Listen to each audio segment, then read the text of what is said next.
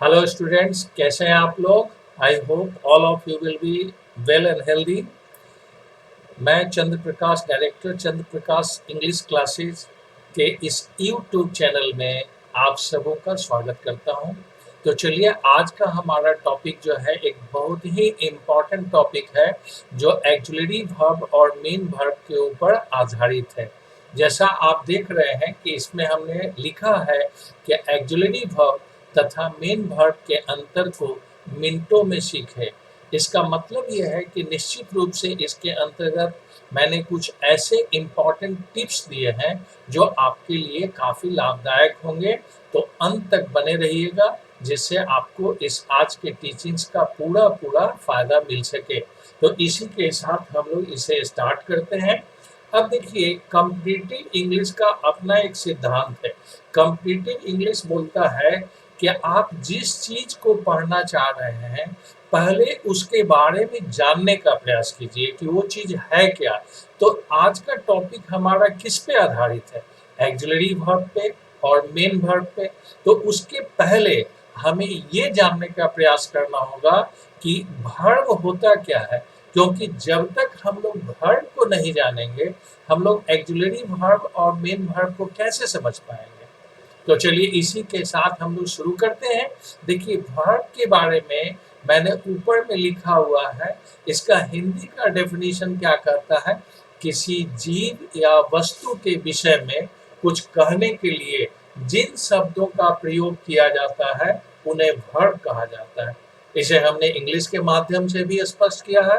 A verb is a word that tells और asserts something about a person और thing. इसका मतलब क्या हुआ? वर्ब जो है सब्जेक्ट के बारे में कुछ बताता है, और उसके लिए जिन शब्दों का प्रयोग किया जाता है, उसी को हम लोग वर्ब कहते हैं। अब देखिए, ये जो वर्ब है ना, ये दो भाग में बढ़ जाते हैं। हम समझते हैं, आप मेरी बात को बहुत अच्छी तरह से समझ रहे होंगे, है ना? अगर आपने किसी को किसी भी प्रकार का प्रॉब्लम होगा, तो नीचे डिस्क्रिप्शन में या कमेंट बॉक्स में आप लोग अपना दे दीजिएगा लिख करके, and I will definitely reply for that. So चलिए, हम लोग ये देखते हैं कि वर्ब अब कितने प्रकार के होते हैं। तो वर्ब का डिवीजन हमने दो प्रकार से किया है। पहला है प्रिंसिपल वर्ब और मेन वर्ब। पहले हम लोग ये जानने का प्रयास करें कि ये प्रिंसिपल वर्ब और मेन वर्ब क्यों कहलाते हैं। प्रिंसिपल का मतलब होता है प्रधान, मेन का मतलब होता है मुख्य। मतलब अगर किसी वाक्य में, ये तो आप सब लोग जानते हैं ना, कि किसी भी सेंटेंस के लिए कम से कम एक सब्जेक्ट और एक वर्ब का होना आवश्यक है। अगर वर्ब नहीं है तो सेंटेंस का फॉर्मेशन नहीं हो सकता है। तो अब आप देखिए कि कहता है कि अगर प्रिंसिपल वर्ब नहीं रहेगा तो सेंटेंस नहीं बन सकता है। अर्थात सेंटेंस के लिए प्रिंसिपल वर्ब का होना अत्यंत आवश्यक है। अब इसके एग्जाम्पल हमने दिया है, जैसे प्ले, रीड, वॉक, स्टे। ये सब क्या है? सब प्रिंसिपल वर्ब के उदाहरण है। अब जरा सा देखिए, दूसरा हमने आपको दिया है एक्जुलरी वर्ब। एक्जुलरी वर्ब जो है, एक्जुलरी वर्ब को हम लोग हेल्पिंग वर्ब भी कहते हैं। अब ये एक्जुलरी का मतलब क्या होता है? सहायक। हेल्पिंग का मतलब होता है सहायक। ये किसकी सहायता करते हैं? ये मेन वर्ब की सहायता करते हैं। ये मुख्य क्रिया को मदद करते हैं। ये मुख्य क्रिया की स्थिति को बताते हैं। इसलिए इन्हें एक्जुलरी वर्ब कहा जाता है, इसलिए इन्हें हेल्पिंग वर्ब कहा जाता है। हिंदी में इसलिए इन्हें सहायक क्रिया कहा जाता है। इसको हम लोग एक एग्जाम्पल भी हमने दिया है, जैसे am, is, are, has, have, may, might. ये सब क्या है? ये सब एक्सिलरी वर्ब्स है। अब देखिए, किसी भी सेंटेंस में एक्सिलरी वर्ब को और मेन वर्ब को कैसे हम लोग पहचानेंगे। तो देखिए, इसका एक बड़ा सुंदर टेक्निक मैं आपके सामने उपस्थित कर रहा हूँ। देखिए, एक्सिलरी वर्ब की कुल संख्या जो होती है ना, वो 24 होती है। और ये 24 जो है नॉट के दोस्त होते हैं, इसलिए इन्हें 24 फ्रेंड्स ऑफ नॉट के रूप में जाना जाता है। अर्थात नॉट का प्रयोग जब भी होगा तो एक्सिलरी वर्ब के साथ उसके बाद में होगा। असर्टिव सेंटेंस में आप नॉट को साथ में लिखते हैं, लेकिन जब आप इंटेरोगेटिव में जाते हैं तो नॉट को जब भी आप एब्रिविएटेड फॉर्म में रखते हैं तो उसको हम लोग एक्सिलरी वर्ब के साथ में ही रखते हैं, है ना। एग्जाम्पल आप देखिए, जैसे लिखा हुआ एमेंट, इजंट, ओन, सैंट, इटीसी। सामान्य स्थिति असर्टिव सेंटेंस में देखिए, हमने लिखा ही इज नॉट ईटिंग, तो सामान्य स्थिति है, इज के बाद नॉट का प्रयोग हो गया, इसका मतलब इज क्या हुआ, इज एक्सिलरी वर्ब हुआ। इंट्रोगेटिव सेंटेंस में देखिए हमने लिखा है इजंट ही ईटिंग, तो इंट्रोगेट नॉट को जब हमने एब्रिविएटेड फॉर्म में लिखा तो एक्सिलरी वर्ब के साथ आ गया।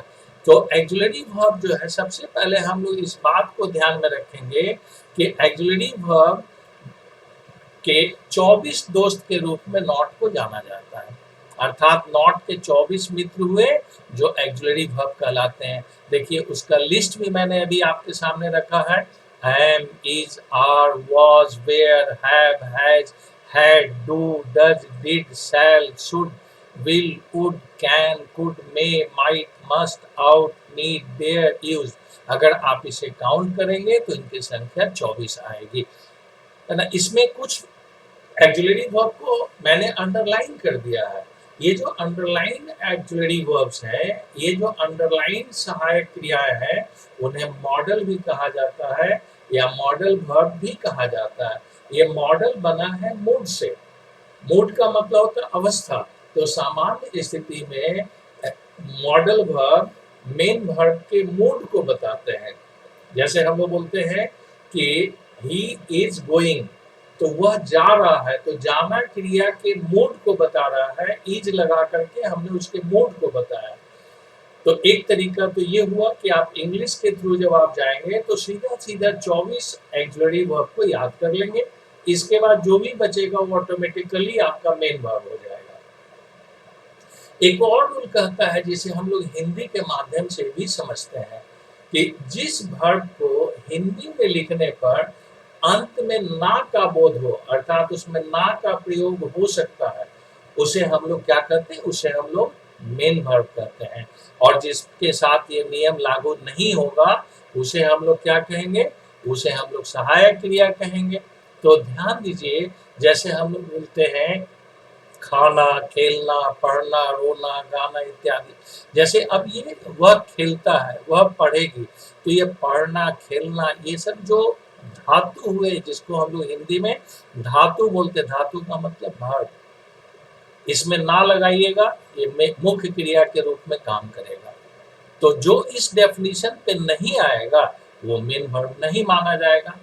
तो मैं समझता हूँ इस टेक्निक के आधार पे आप मेन वर्ब और एक्सिलरी वर्ब के अंतर को आसानी से समझ सकते हैं, और कॉम्पिटिटिव एग्जामिनेशन में जहां आपके पास समय का बहुत ही अभाव रहता है, आप इस टेक्निक की सहायता से बहुत जल्द उसको पहचान करके अपने प्रश्नों का जवाब देने में सक्षम हो सकते हैं। तो चलिए, with this it is over for today. So जय हिंद, जय भारत।